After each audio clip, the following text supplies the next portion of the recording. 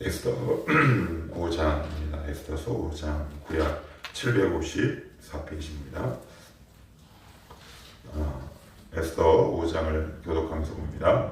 제3일에 에스더가 왕의 예복을 입고 왕궁안 뜰 곧 어전 맞은편에 서니 왕이 어전에서 전문을 대하여 왕자에 앉았다가 왕후 에스더가 뜰에 선 것을 본즉 매우 사랑스러움으로 손에 잡았던 금규를 그에게 내미니 에스더가 가까이 가서 금규 끝을 만지니라. 왕이 이르되 왕후 에스더여 그대의 소원이 무엇이며 요구가 무엇이냐 나라의 절반이라도 그대에게 주겠노라 하니 에스더가 이르되 오늘 내가 왕을 위하여 잔치를 베풀었사오니 왕이 좋게 여기시거든 하만과 함께 오소서 하니 왕이 이르되 에스더가 말한 대로 하도록 하만을 급히 부르라 하고 이에 왕이 하만과 함께 에스더가 베푼 잔치에 가니라. 잔치에 술을 마실 때 왕이 에스더에게 이르되 그대의 소촌이 무엇이요 곧 허락하겠노라. 그대의 요구가 무엇이요 나의 졸반이라 할지라도 수행하겠노라 하니 에스더가 대답하여 이르되 나의 소청 나의 요구가 이러하니이다.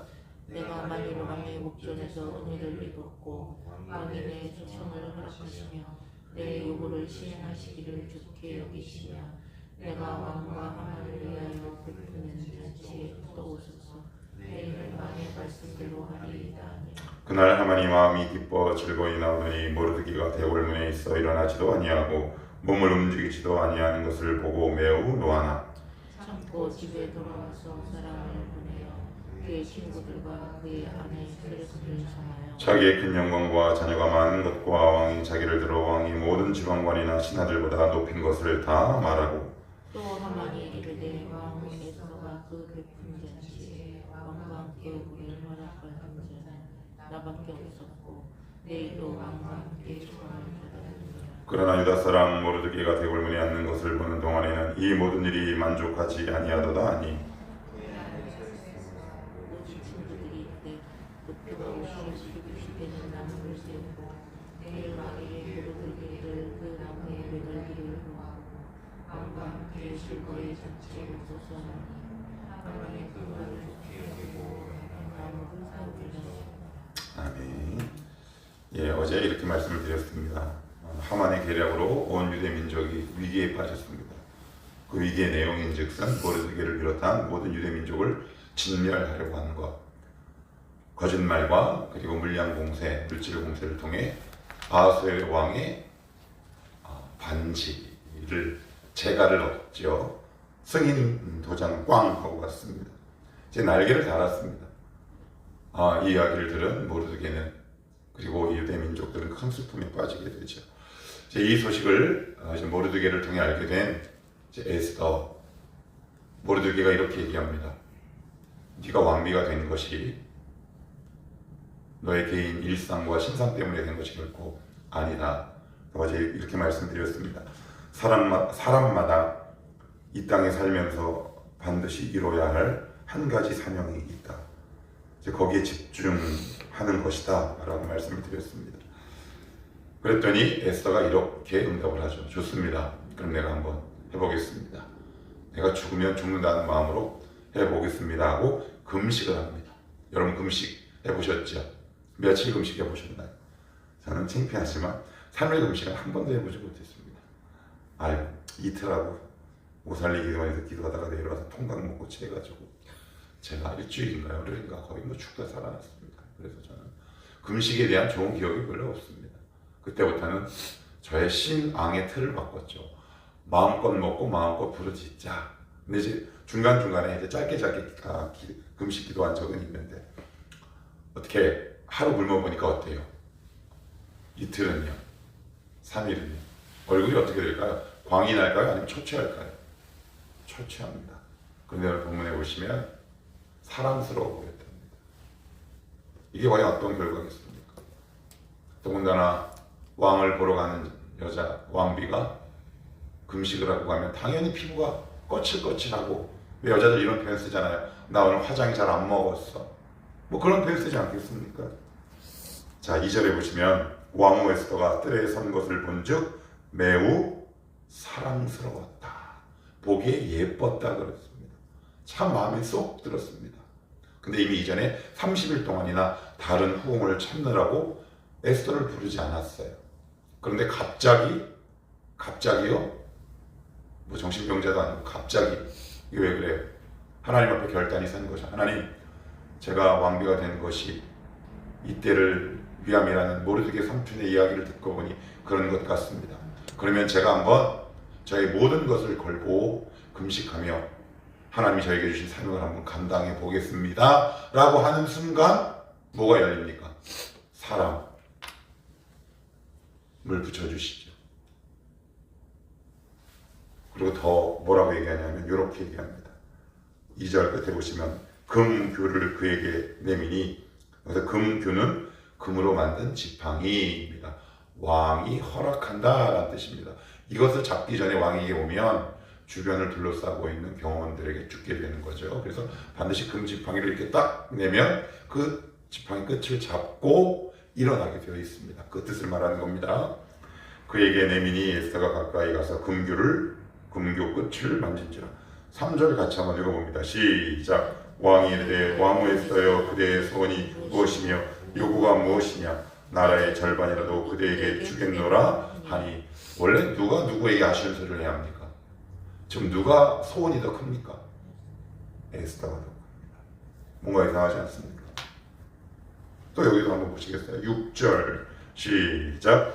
잔치에 술을 마실 때 왕이 에스더에게 이르되 그대의 소총이 무엇이뇨? 곧 허락하겠노라. 그대의 요구가 무엇이뇨? 나라의 절반이라 할지라도 시행하겠노라 하니. 너 소원이 뭐냐? 너무 이쁘다. 그러면 저와 여러분 같으면 어떡할까요? 바로 얘기합니다. 바로. 그런데 에스더는 뜸을 들이죠.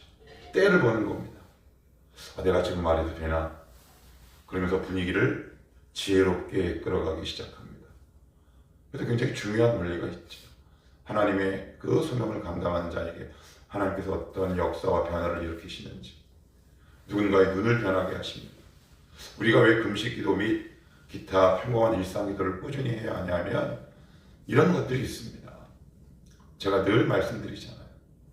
이건 좀 긴급한 상황이기 때문에 긴급 기도가 필요하지만 일상의 평범한 일상적 기도가 왜 중요하냐 하면 내 안에 나도 모르는 영적 면역 체계가 생기기 시작합니다. 눈에 보이는 어떤 특별한 역사가 일어나지 않는 경우가 있습니다. 그런데 시간이 좀 흐르고 보면 내가 뭘 알게 되냐면, 저와 여러분이 뭐 어떤 것을 알게 되냐면, 내가 그때 이런 선택을 한 것이 하나님의 은혜였음을 나중에 고백하게 됩니다. 이게 뭘까요? 내 안에 하나님의 은혜의 면역 인자들이 가득 채워지는 겁니다. 근데 이것을 탁 놔버리면 기도 안 하나 뭐 별거 없네. 우리는 늘 거기만 주목하게 되죠. 기도의 능력과 위대함을 잘 모르는 사람입니다. 근데 기도를 한번 오랜 기간 쉬어보십시오. 그러면 특별한 일은 일어나지 않습니다. 특별히 나쁜 일도 일어나지 않습니다. 장사도 별반 차이 없고 통장에도 큰 차이가 없습니다. 그런데 가장 결정적인 차이가 뭐냐 하면 내 안에 나도 모르는 거룩한 면역 체계들이 하나둘씩 세워져 간다는 겁니다. 사물을 보는 관점, 또한 저 사람이 나를 보는 시야, 내가 타인을 바라보는 관점, 그리고 중요한 위기의 순간마다 어떤 선택과 결정을 하게 될지, 이 모든 것들이 내 안에 나도 모르는 사이에 거룩한 쪽을 선택하는 결과로 이어진다는 사실입니다. 여러분, 이게 위대하지 않습니까? 우리의 인생이 왜 이렇게 쪼그라듭니까? 결국 거룩하지 않은 것을 선택한 결과를 내가 지금 얻고 있는 거 아닙니까? 그러니 기도를 꾸준히 한다는 그것이 특별 기도든 일상 기도든 어떠한 형태로든 쉬지 말고 기도하며 기도의 끈을 놓지 않는다는 것은 정말 나의 영혼을 튼튼한 반석 위에 세워가는 것과 똑같습니다. 여러분, 이 사실을 놓치면 어떻게 되느냐? 별거 없네. 여러분, 별거 없습니까? 여러분들이 만약에 자녀를 낳아서 자녀가 여러분들에게 상담을 해온다고 합시다. 아니면 여러분들 주변에 있는 사람들이 중요한 위기의 순간에 여러분들에게 부탁을 하고 아니면 상담을 하러 온다고 합시다. 어떻게 상담하시겠습니까? 우리 안에 담고 있는 그대로 내뱉지 않겠습니까? 이거 되게 중요한 겁니다. 그것이 결국 누구를 살리고 해치고 하는 중요한 결정사항이 될 수 있다. 중요한 건 지금 금식 기도를 딱 하니까 어떻게 해요? 얼굴도 초췌하죠? 뭐 화장으로 가려도 한계가 있겠죠. 그리고 중요한 건 왕의 면전에 나갈 때 얼굴이 웃어야 된단 말이에요. 근데 금식했으니, 그리고 왜 금식합니까? 슬퍼서 금식한 거잖아요. 여러분, 제가 뭐 여자를 비하는 건 아니에요. 근데 여성분이 조금 더 얼굴에 감정적인 표현이 더 확실하게 많이 드러납니다. 그 누가 봐도 대번에 알 수 있는 거겠죠. 그런데 왜 이렇게 안달복달, 너 소원이 무엇이냐? 내가 나라의 절반이라도 줄게. 왜 이렇게, 이 순서가 왜 바뀐 겁니까? 이게 뭐의 힘입니까? 두 가지 힘이 아닙니까?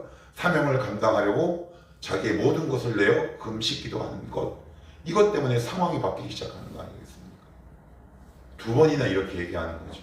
30일이나 거들떠보지도 않았던 아하수에로 왕이 금식한 1절에 보시면 뭐라고 그래요?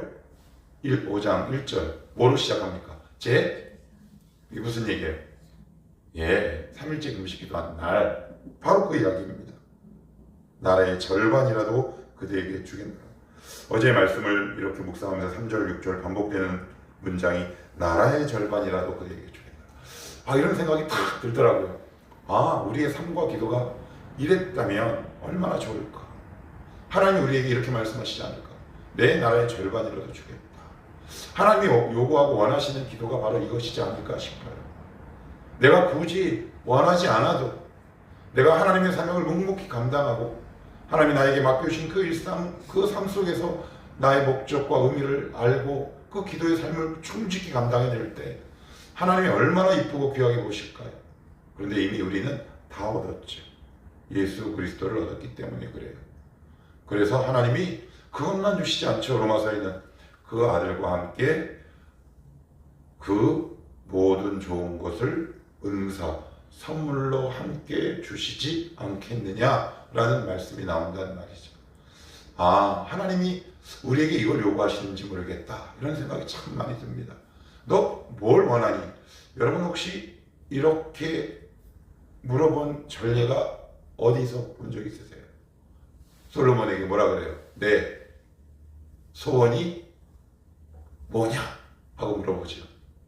보통은 하나님 주시옵소서 이렇게 해서 봤는데, 거기서 솔로몬은 그냥 백성과 하나님의 마음에 합한 기도, 거기에 합한 삶을 살았는데 하나님이 먼저 그 꿈에 나타나세요. 이게 굉장히 놀랍습니다. 그죠? 야, 너 뭘 갖고 싶냐? 바로 이런 거죠. 그러니까 결국 기도의 삶이란 어떤 건가요? 하나님이 원하시는 아름다운 믿음의 삶으로, 사랑으로 변해가는, 그러니까 그것이 이루어지면 그것을 통해 하나님의 나에게 주신 소명과 사명을 감당하게 되면 하나님께서 적재적소에 필요한 사람과 물질을 허락하시지 않겠느냐 말이죠. 그러니까 이 원리를 우리는 늘 기억해야 해요. 하나님, 제가 오늘도 어떠한 사람으로 살기를 원하십니까? 제가 맡은 사명, 이때를 위한 일이다 라는 에스더의 고백처럼 제가 이 땅에서 죽기 전에 하나님 앞에 꼭 이루어드리고 가야 할 나의 절대적인 제1 사명이 과연 어떤 게 있을까요? 라고 혹시 물어본 적 있으십니까? 그 문제 때문에 끙끙거려 본 적 있으십니까? 우리는 거의 없어요. 거의 없습니다. 거의 없어요. 그저 우리는 주시옵소서. 이제 우리의 기도의 패턴과 방법과 목적이 좀 바뀔 때가 되지 않았나 싶습니다. 계속 볼게요. 자 8절 보시면 내가 만일 왕의 목전에 은혜를 입었고 왕이 내 서총을 허락하시며 내 요구를 시행하시기를 좋게 여기시면 내가 왕과 하만을 위하여 베푸는 잔치에 또 오소서. 자, 여기 보시면 중요한 게 있어요. 아하수에로 왕은 뭐라고 얘기합니까? 나라의 절반. 그런데 지금 에스더의 문제는 절반이에요. 절반은 주십시오 하면 얼마나 좋아요. 그죠? 우리가 가장 원하는 거잖아요. 그런데 에스더의 가장 큰 기도의 제목은 뭔가요? 유대 민족의 현재 가장 큰 문제는 누구예요? 하만이라는 거예요. 그게 중요하지 않아요. 하나님, 저 이거 중요하지 않습니다. 이게 더 중요합니다. 사람 살리는 일이 더 중요합니다. 하만의 문제라는 것은 다른 걸로 무슨 이야기입니까? 하만 때문에 유대 민족이 진멸하게 됐잖아요.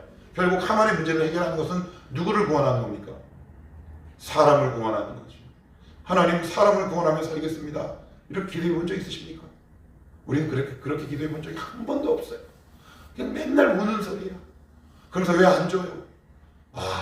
오늘 여러분 이 본문을 통해 여러분들의 기도의 제목과 방향이 틀어지게 되기를 바랍니다. 지금 뭐에 관심이 있는 거예요? 하만에게. 하만의 문제는 뭐의 문제다? 죽고 사는 영혼의 문제였다. 저 같으면 이럴 것 같아요. 땡큐. 예, 땡큐. 그죠? 그래서 주십시오 라고 얘기할 텐데, 하만과 함께 오시옵소서. 하만과 함께 오시옵소서. 내가 정말 감당해야 될 게 나라의 절반 재물이 아님을 에스더는 명확하게 한 거죠. 나의 목적은 하나님 재물이 아니라 하만을 통해 지금 진멸 위기에 빠진 유대의 민족을 구원하는 것이 저의 목적입니다 라는 고백이 담겨있는 거 아닐까요? 그런데 우리는 이렇게 기도하지 않지요. 여러분, 이게 굉장히 중요합니다. 하나님, 저 이것도 필요한데요. 근데 그게 하루아침에 돼가 평생을 그냥 왜 안 줘요? 이러면서 살았는데 이제 우리는 이제 바뀌어야 합니다. 그래야 하나님이 기뻐하시지. 뭐라고 얘기합니까? 8절에 내 요구를 시행하시기를 좋게 여기시며 내가 왕과 하만을 위하여 베푸는 잔치에 또 오소서. 큰 그림을 다 그리고 있는 거죠. 여담이긴 하지만 어제 말씀 준비하면서 이런 생각이 들어요. 참 약삭빠라 이 목사가 참 ENTJ 맞아. 제의가 맞아. 나 같으면 나라도 주시고 하만도 없애주세요. 이러면 좋은데 두 가지를 다 안 잡죠. 한 가지만 잡습니다. 자, 그러면 화면이 하만에게 이제 옮겨집니다. 자, 9절 같이 봅니다. 시작. 그날 하만이 마음이 기뻐 즐거이 나오더니 모르드게가 대궐문에 있어 일어나지도 아니하고 몸을 움직이지도 아니하는 것들을 보고 매우 노하나. 하만이 지금 기분이 아주 째집니다. 근데 한 가지 눈에 가시가 있어요. 누구예요? 모르드게요. 저놈만 없으면 내가 살만한데. 그리고 마음이 너무 기쁘고 너무 행복해요. 그래서 어떻게 되느냐? 여기 딱 보시면 11절, 10절부터 볼게요. 참고, 모르드게를 보고 일어나 화를 참고 사람을 보내어 그의 친구들과 그의 아내 세레스를 청하여. 자, 11절 같이 봅니다. 11절 시작. 자기의 큰 영광과 자녀가 많은 것과 왕이 자기를 들어 왕의 모든 지방관이나 신하들보다 다 높인 것을 말하고. 이렇게 너무 자랑하는 겁니다. 하나님 없는 자랑을 하고 있는 겁니다. 근데 우리는 여기에 빠지죠. 하나님 없는 자랑이 우리의 마음에 쏙 하고 빠집니다. 하나님, 저희 왜 이거 없어요? 라고 얘기하죠. 그때 이렇게 기도해야 하는데, 하나님 감사합니다 라고 하지까지는 못하더라도 원망의 소리는 내뱉지 말아야 합니다. 우리는 보통 여기에 많이 좌절하잖아요. 저 나쁜 놈은 왜 이렇게 잘 먹고 잘 삽니까? 나보다 좀 잘 못 믿는 것 같은 저 인간은 왜 이렇게 그들이 기뻐하는 모습들을 우리 가운데 보지 않습니까? 그죠? 우리는 이 모습에 굉장히 많이 좌절한다는 말이에요. 그런데 어떻게 됩니까? 이 자랑은 금방 시들 자랑이다 라고 오늘 성경은 말하고 있죠. 이 세상이 결국 우리를 향해 이렇게 말하고 있는 거 아닙니까? 나는 자녀도 많고 집도 많고 지위도 높아. 그런데 지금 모르드게와 에스더는 어떤 지경입니까? 죽을 지경이죠. 그죠? 언제 죽을지도 모르는데. 그런데 하나님은 우리 인생의 무대 밖에서 이 모든 것을 설계하시고 하나하나 단계별로 당신의 역사를 이루어 나가시는 거죠. 이걸 보지 못하면 우리는 그들의 자랑에 금방 낙심하게 됩니다. 저 하만. 최근에 여러분들에게 하만이 있었습니까? 그것으로 인해 여러분들의 마음이 낙심되셨습니까? 불평하셨습니까? 오늘 이 말씀을 통해 하나님이 여러분들에게 뭐라고 말씀하시고 계십니까? 곧 죽게 될 줄도 모르고 기뻐합니다. 안타깝죠. 자기를 자랑합니다. 하나님 없는 자랑이 시작됩니다. 그러나 예수 믿는 예수쟁이라는 말은 다른 말로 뭐겠습니까? 예수를 자랑하는 거겠지. 내가 갖고 있는 복음을 자랑하는 거겠지. 근데 우리는 한 번도 이 복음이 자랑스러웠던 적이 없습니다. 왜냐하면 나의 마음은 하만에게 가 있었기 때문입니다. 이런 자에게 하나님이 어떤 복을 주실 수 있을까요? 늘 하만을 보며 그의 마음이 왔다 갔다 하는 자에게 하나님이 과연 어떤 복을 주실 수 있겠습니까? 내 안에 있는 복음이 어떤 것이며 내가 믿고 따르는 이 하나님이 과연 어떤 분인가? 깊이 있는 이해와 감사와 찬송과 경배가 우리 가운데 일어나야 하지 않겠습니까? 아, 우리 하나님이 정말 보물이구나, 바로 보석이구나. 근데 우리는 늘 하만이 보석처럼 보이죠. 그러니 내 가장 가까이 내 안에 있는 예수 그리스도로 인해 우리는 절대 감사가 터지지 않습니다. 과연 이런 자에게 하나님이 이미 보석을 줬는데도 그 보석의 가치를 알아보지 못하는 자에게 하나님이 다른 보석을 어떻게 주겠습니까? 네가 이미 갖고 있는 것도 누리지 못하면 내가 너에게 어떤 복을 줘야 한다는 말이냐? 라는 본문이 저는 이 본문 가운데 느껴집니다. 너 정말 자랑할 수 있겠냐? 나는 정말 목숨을 다해 너를 줬는데 그 가치를 알아보겠느냐? 근데 우리는 예수 믿는 건 그렇죠. 그래서 하나님 우리를 연단하시죠. 우리를 연단하십니다. 깎고 또 깎습니다. 깎고 또 깎죠. 그래서 어디까지 가게 하신다? 내 안에 있는 예수 그리스도라는 보석을 보석답게 볼 수 있는 눈을 뜨게 하시죠.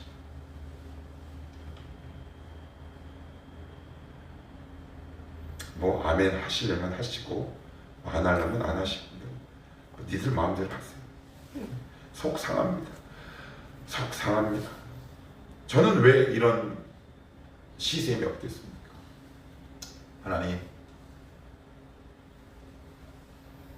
근데 늘 그 자리로 돌아와요. 하나님, 제 안에 계신 예수 그리스도라는 그 보물의 가치를 보게 하옵소서. 이런 말하면 너무 무섭지만 가끔 가다가 제가 제 스스로에게 하나님이 기뻐하시지 않는 고백이긴 하지만 가슴을 치며 이렇게 기도할 때가 종종 있습니다. 아이고, 아직 멀었네. 죄송합니다. 내 안에 있는 이 가치, 이미 나에게 주신 이 놀라운 선물의 그 위대함을 보게 하시옵소서. 근데 이렇게 이 기도가 깊어지면 참 희한해요. 이게 하늘의 원리라는 게 참 묘해요. 그래서 그럴 땐 또 기쁨이 오고요. 이상하게 기쁨이 오면 나머지 것들도 이렇게 따라오더라고요.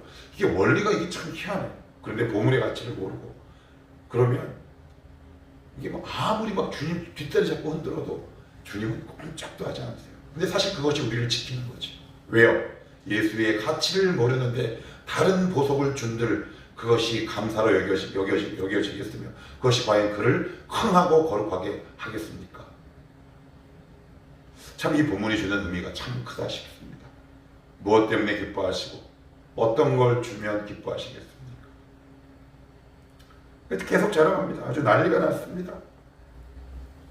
12절 또 하면 이르되 왕후에서가 그 베푼 잔치에 왕과 함께 오기를 허락받은 자는 나밖에 없었고. 이게 무슨 얘기예요? 너 죽었어 라는 얘기입니다. 하나님 보시면 얼마나 이게 불쌍할까요? 지금 뭐라고 자랑이죠. 여러분, 인간의 자랑이 하나님 보시기에 멸망의 조건이 되는 겁니다. 이건 굉장히 중요해요.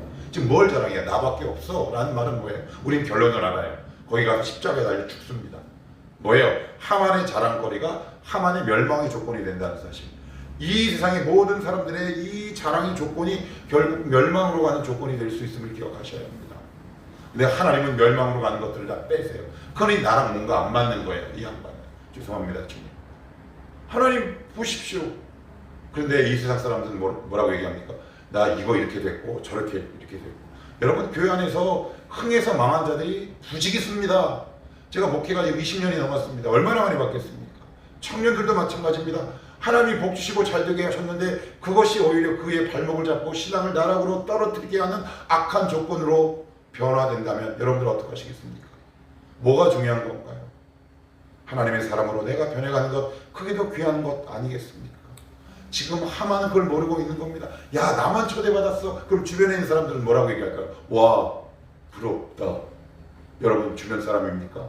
예수 믿는 사람이지. 뭐가 부럽습니까? 그 자랑의 조건이 결국 죽게 되는 결정적인 요인이 되는데. 그리고 14절 읽고 마칩시다. 같이 봅니다. 시작. 그의 안에 세레스와 모든 친구들이 이르되 높이가 50규빗 되는 나무를 세우고 내일 왕에게 모르드게를 그 나무에 매달기를 구하고 왕과 함께 즐거이 잔치에 가서 소하니 하만이 그 말을 좋게 여기고 명령하여 나무를 세우니라. 몇 규빗이요? 50규빗. 와, 여러분, 50규빗이면 가장 소극적 방어적으로 잡아도 25m가 넘어요. 그 장대에 모르드게를 달 생각을 하고 너무 좋아하고 있는 거죠. 근데 거기에 누가 달린다? 본인이 다 본인이 세운 업적에 본인이 죽죠. 이 세상의 원리가 뭐냐? 잠때는 높은 거잖아요. 근데 거기에 자기가 죽는다고요. 내가 세운 삶의 결과물로 인해 내가 죽어요. 내가 이루어놓은 업적에 내가 죽습니다. 내가 이루어놓은 사업체 때문에 내가 죽어요. 우린 그래도 부러워하죠. 그래서 아이고 덤따발이나 맞고 죽었으면 좋겠다. 죽잖아요. 우리 기도의 방법을 바꿔야 합니다. 내 안에 있는 보석의 가치를 볼 수 있어야 합니다. 그래야 하나님이 그 다음 부수적인 것들을 허락하시지 않겠습니까? 만약에 이게 유튜브를 안 나가면 욕을 할 텐데 그럴 수는 없고 여기까지만 하고 절제하도록 하겠습니다. 결국 그가 이뤄놓은 업적에 죽습니다. 자기가 자랑하던 것으로 죽습니다. 여러분들 뭘 자랑하시겠습니까? 나는 예수로 자랑하고 그게 바로 십자가, 예수 믿는 예수쟁이들 아닙니까? 그럴 때 그 예수를 자랑한다는 것, 그건 다른 말로 이런 말이죠. 나에게 주신 그 절대적인 제1사명, 이것을 이루어가며 살아가는 삶. 그럴 때 하나님이 나머지 것들을 알아서 책임지시지 않겠냐고요. 근데 우리는 이걸 머리로만 이해하고 경험되지 않으니까 늘 불안하고 초조하죠. 한번 경험해 보십시오. 그럴 때 우리의 믿음과 담력이 커지고 하나님을 아는 지혜와 지식의 정도가 깊어지고 넓어질 줄 믿습니다. 이 위대한 초청과 부르심에 한 명도 소외됨 없이 우리 청하람 모든 가족들이 다 오게 되시기를 주님의 이름으로 축복합니다.